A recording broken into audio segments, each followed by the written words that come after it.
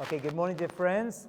Let's take some beautiful ideas from the parasha this week. So much to learn, and it's so relevant because it seems to be the theme of the parasha is milchama, war, and how to deal with potential threats from enemies who want to hurt us. And it's Parashat Vayishlach. So we know that Yaakov Avinu is returning from Chutz La'aretz, outside of Israel, and he's going back home to his homeland, our homeland, Eretz Israel, the land of Israel, with Kedushat Haaretz, with the holiness of the land. However, he has an obstacle to climb on the way back, and that is his twin brother, Esav, who still is a threat to his life after 20 years. Wow, talk about holding on to a grudge and holding on to anger. I mean, Esav couldn't let this rivalry, this disappointment, this anger at his brother go. Some people hold on to anger for weeks, months, years. In Esav's case, decades. I mean, I know actually people who hold on to anger from generation to generation, with door to door. They'll have their kids hate their enemies, their grandkids. This is Midat Esav. Esav cannot get over it. Yaakov decides, and we'll see this decision was a big decision, and there's a machloket, a discussion, disagreement whether he actually did the right thing. That's not for me to say, but the rabbis tell us that he decides he wants to confront Esav. He wants to confront him. He feels as though he can maybe, possibly get through to him in order to make shalom, and actually in order to make a partnership, a shutfut with him.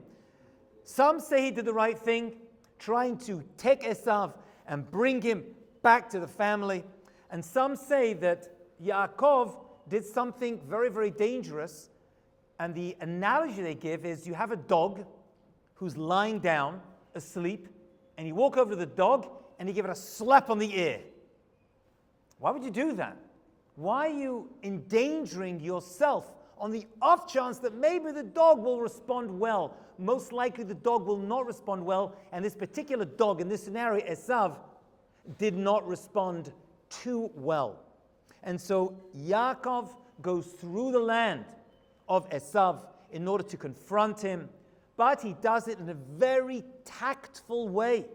He sends him gifts, and a lot of gifts, precious gems and diamonds. He sends him animals, and at the same time, he's not as we say in Hebrew, a friar. He's not a sucker. He understands the threat that he and his family are under, because Esav has 400 armed soldiers together with him. And so at the same time, he prepares for war. He divides his camp, and he gets himself ready for battle in case Esav has not changed his ways. So although, and this is really one of the things we have to remember when we talk about war, we are always ready to make shalom, to make peace with our enemies, sometimes even the most worst enemies. But if they don't come forward with peace, we are ready for war, and we attack. And we learned it out from Yaakov. It used to be a tradition that before the Jewish people would go, says the Midrash, and meet with various nations that want to hurt us, for example, the Romans, they would learn this parasha in order to prepare themselves to meet and to negotiate with those who want to hurt us. There was actually a rabbi called, I think, Rabbi Yanai, the Midrash tells us, and he went to meet with the Romans, and he forgot to learn this parasha. He forgot, I'm sure he knew it, but he forgot to relearn it. And he walked in, and that negotiation, the rabbis tell us, failed miserably and led to many, many deaths of the Jewish people. You need to prepare for peace, but you also need to prepare for war. So Yaakov Avinu is now coming back. He has his family. He has great wealth that he's collected from working very hard for 20 years for the worst person, and that is Lavan, his uncle. And he says something very unusual, or he sends a message via a malach, an angel, to Esav, a very unusual message, which is very hard to understand what he thought Esav's reaction to this message would be. And the parasha tell us, Kol maravdacha, tell Esav, says Yaakov, tell Esav, im Lavan garti, I lived with Lavan. What do you mean garti? Of course you live there. Everyone knows, I guess, that Yaakov had been with Lavan. And garati is a very unusual word. How do you say you lived somewhere for a long time? You say yashavti. Garati is a very temporary. Yashavti is I was there, but he's like, no, garati. Rashi is perplexed by this word as well. And he gives us two answers to what Yaakov was telling Esav when he says, I garati im Lavan. The first answer is, I was just, lo naseti sar, I wasn't anything important, and I'm not anything important. V'chashav el ger, I was just a ger. When I lived there, I didn't become anyone important.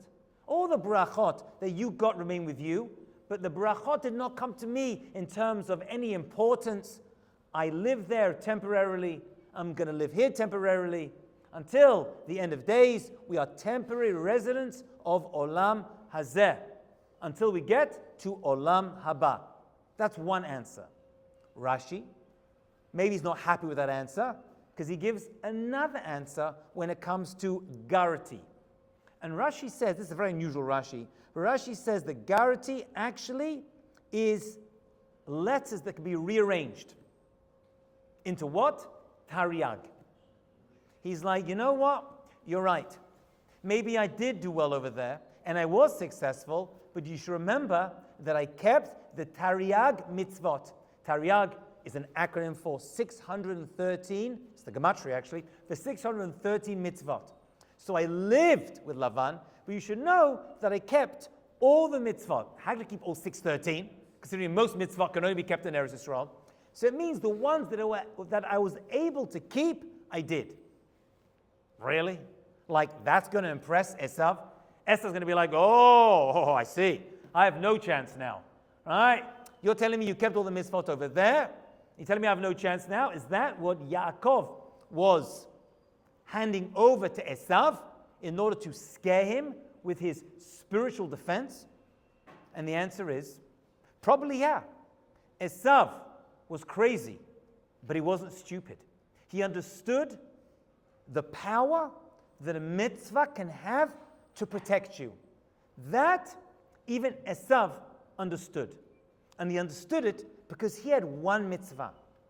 Esav had one mitzvah that even Yaakov Avinu was scared of. What was the one mitzvah that Esav had that could stand him in great stead against Yaakov? And actually, this mitzvah made Yaakov scared. Scared that maybe he wouldn't be successful. What was the mitzvah? Kibud av va'em. He had a very good relationship with his father.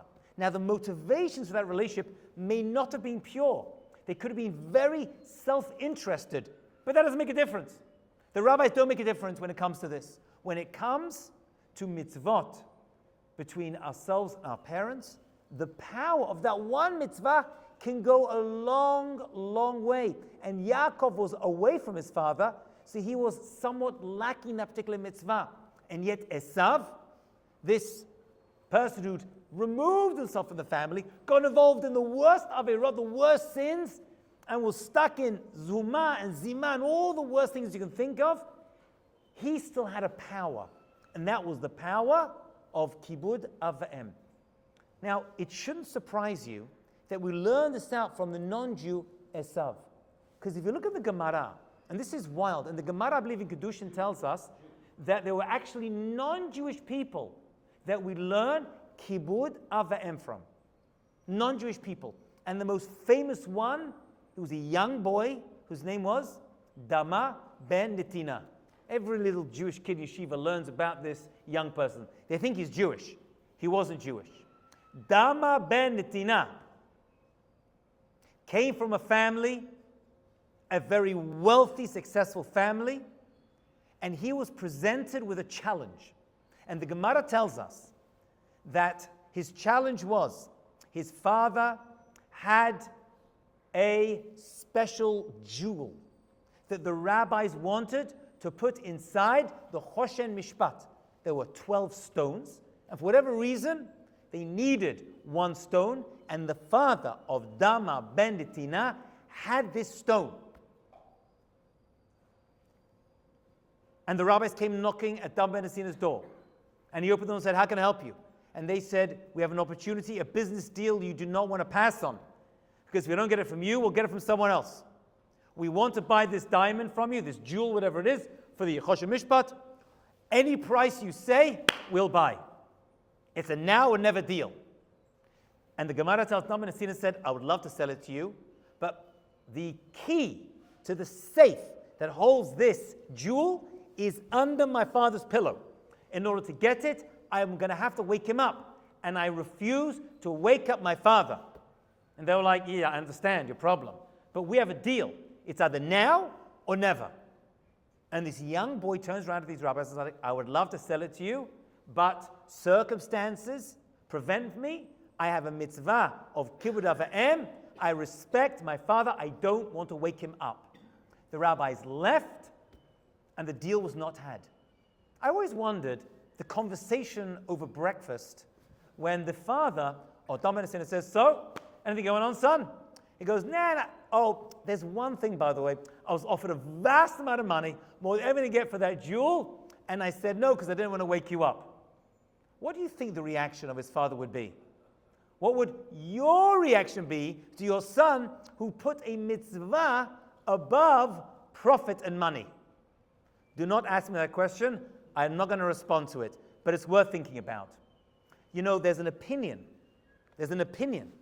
from Rishonim that say, actually, Dan ben Asina's father was mentally insane, and he would abuse his son, and his mother would abuse him as well. He lived a very, very difficult life, and as a child, he was beaten and tortured, and even then, he was willing and able to overcome and still show honor to his father. I always say, it says, Kabed et avich v'et imecha. And it says, more after Yirah, your parents, you have to honor them and fear them. It doesn't say anyway you have to love them. You have to honor them and you have to fear them. There's another story I must tell you, because many people forget about this story, just to tell you how bad his parents actually were and the amount of koach this young man had towards this one mitzvah, that he actually was makabel from, I guess, his great-great-great-grandfather, Esav. You know, he became very, very successful. Dan ben Netina. He became a great man in his own right. And I'm going to give you a modern-day version of what he went through. I want you to imagine a young boy who is kicked out of the house by his parents. They're crazy at the age of 5 years old. And he has to live on the streets. And he has to, couch surf in order to get through life. And he gets a job. And he still goes to school. And he doesn't go on vacation. And he works hard every day. And he graduates school. And he goes to high school, and he graduates high school, and he gets to college. He hears nothing from his parents. And he goes to college. He goes to Harvard. Not suggesting you should do such a thing right now, but he goes to Harvard anyway. And he goes through, and his parents give him nothing. He has to work his way through and take on debt. And he graduates top of his class. And then he decides he wants to become a lawyer to help people. And he goes to law school. Nothing from his parents, not a cent, not a phone call, not a mazal tov. And he gets top of his class. And he graduates ahead of everyone else and becomes a top tier lawyer. And becomes extremely wealthy. Nothing from his parents. And he has a family. And he has a big, big business. And then after many years, he gets nominated for the Supreme Court of the United States. And he's about to be sworn in. And he's now in his 50s or 60s, and there are millions, if not billions of people watching this moment being sworn in to the Supreme Court, the highest position of a law court. He's about to be sworn in, and everyone is watching this man. Suddenly the doors at the back of the room open up. And walk in his parents. And his mother walks over to him as he's about to be sworn in, the highest position after decades of not seeing his parents. And his mother spits in his face, smacks him, takes a glove off, hits him again, throws him on the floor. She says, you were a bum and you're still a nothing in our eyes. And she walks out. And she's about to leave. And he bends over, picks up the glove and says, Imma, you forgot your glove. That, says the Gemara, is how far a person has to go when it comes to honoring their parents. And this is not a fictional story, my friends. Dan ben Sina was elected to the highest court in the land. And he was about to be sworn in front of all the nobles and all the royalty and all the great people. And his mother came in and she cursed him and embarrassed him, and he kept his mouth shut. And he didn't respond, which I'm sure he wanted to, and he gave her kavod. That, says the Gemara, is how far a person has to go when it comes to honoring their parents. It's hard to understand, it's hard to believe, but that, my friends, is how far it goes. This explains, my dear friends, the next part. Because the parsha then tells us that Yaakov Avinu was very, very scared of meeting Esav. V'yireh Yaakov ma'od. He was very, very scared. Scared of what? Rashi tells us. V'yirah shema yarog. He was scared that he'd be killed. V'yetzer lo. However, afterwards it says v'yetzer lo. It upset him. What upset him? Shema yarog acherim. Maybe he'll kill other people. So he had a double fear. The fear for his own life. Why is he fearing for his own life? Hashem gave him a havtacha, a promise he's going to survive. But he was nervous that maybe the schut of kibud avim that Esav accrued all those years that he'd been away would stand him in good stead, and he would actually possibly get killed by Esav. But on the flip side, he knew that he had Tariag mitzvot. He knew that he had his 613 mitzvot that he'd always kept with him, and maybe that would give him the schut, the merit, and he'd end up killing Esav, which he didn't want to do.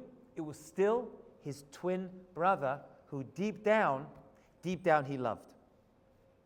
One more question we have to look at when it comes to this. And we kind of mentioned it, but I want to talk about emunah and bitachon. Emunah, faith in Hashem, and bitachon, trust in Hashem. What is the difference between these two words? The fact we have two words to describe trust and faith in Hashem must be they're two very different things. And it goes like this. Emunah, in short, means having faith in God based on things that have happened in the past. We know that Moshe Rabbeinu had faith in Hashem.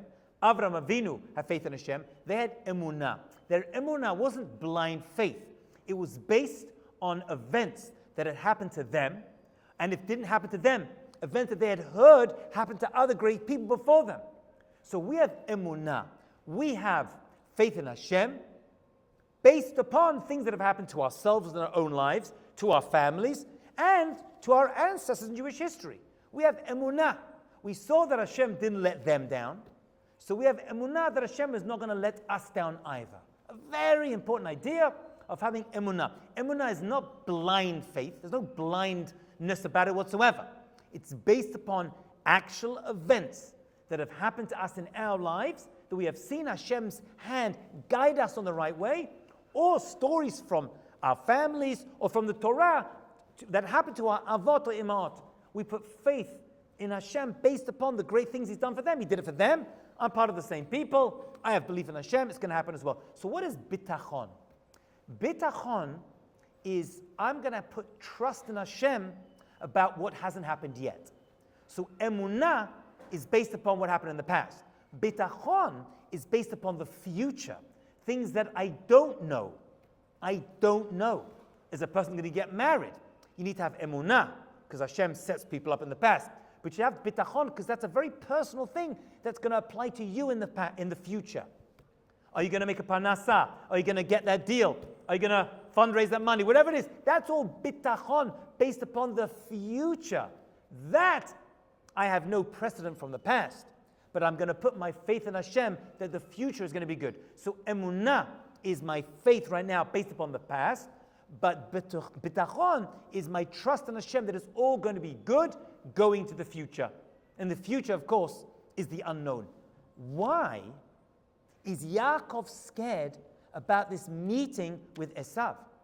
He obviously had emunah, right? He's ish emet. He had a father who had emunah. He had a grandfather. He saw and heard of all the stories that happened in his own life, great miracles that he himself had seen.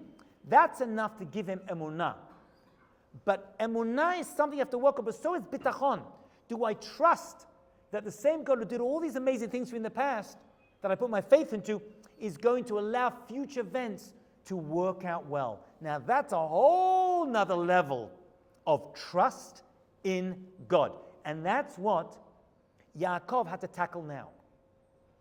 But the hard part is that Yaakov was promised that he would be successful. He was promised he'd go back and all of his children would become future tribes of Israel. Actually, not only was he promised that, Yitzchak, his father, was promised that. Abraham, did he really think that Hashem would let him go now after all he'd been through? He's going to meet Esav and get killed. So here we learn a very important principle when it comes to faith of emunah and especially to bitachon. You see, Yaakov Avinu did something that he may not necessarily should have done. And that is, he put himself into the way of harm. He could have, had he wanted to, detoured around the land of Esav, avoided him completely, and gone home without this interaction. But once again, as we said at the beginning of the class, he actually deliberately went through this land in order to bring Esav back to the family. He was trying to makarev him. Now, he was ready for war in case Esav would not reciprocate. But he still went through. And the rabbis say he's like a person who hits a sleeping dog. Let sleeping dogs lie. It was a very dangerous proposition that Yaakov did at that moment. He put himself in danger. When you put yourself in danger, you lose your bitachon. I can't say I have emunah, I have bitachon in God, and then jump off a building. It doesn't work that way. The natural course of events are still going to play out. So even if you have emunah and bitachon, you still must follow the natural order. You cannot rely on a nes. You cannot rely on a miracle. It doesn't work that way. So the rabbis are saying maybe he was very, very scared. Not because he didn't believe in God, chas v'chalila, not because he didn't have emunah bitachon, but he realized that he put himself in the line of fire. And when you put yourself in the line of fire, you are putting yourself in a whole different realm. You're not just defending your family, or defending your country, your land, your people, but when you deliberately put yourself in the line of fire where you should not be, which you could have avoided, that already is a whole different level, and you're going to need a lot of zchut, of merit, to get you out of that situation. And yet, Yaakov Avinu survived the interaction. He was able to at least damage Esav's power and koch a little bit by giving him kavod, by bowing down to him, although he's bowing down to the Hitler of his day, Yamach Shemo. And yet, he was able at that moment to overcome it and to push off that fight for the end of days, which we'll, Bezrat Hashem, talk more about this week, because the interaction with Esav did not finish there. It's going to play out at Acharit Yamim, right before Mashiach's arrival, and that's going to be the conclusion of the story that starts in our parasha. Have a great, successful day, and we'll continue this week.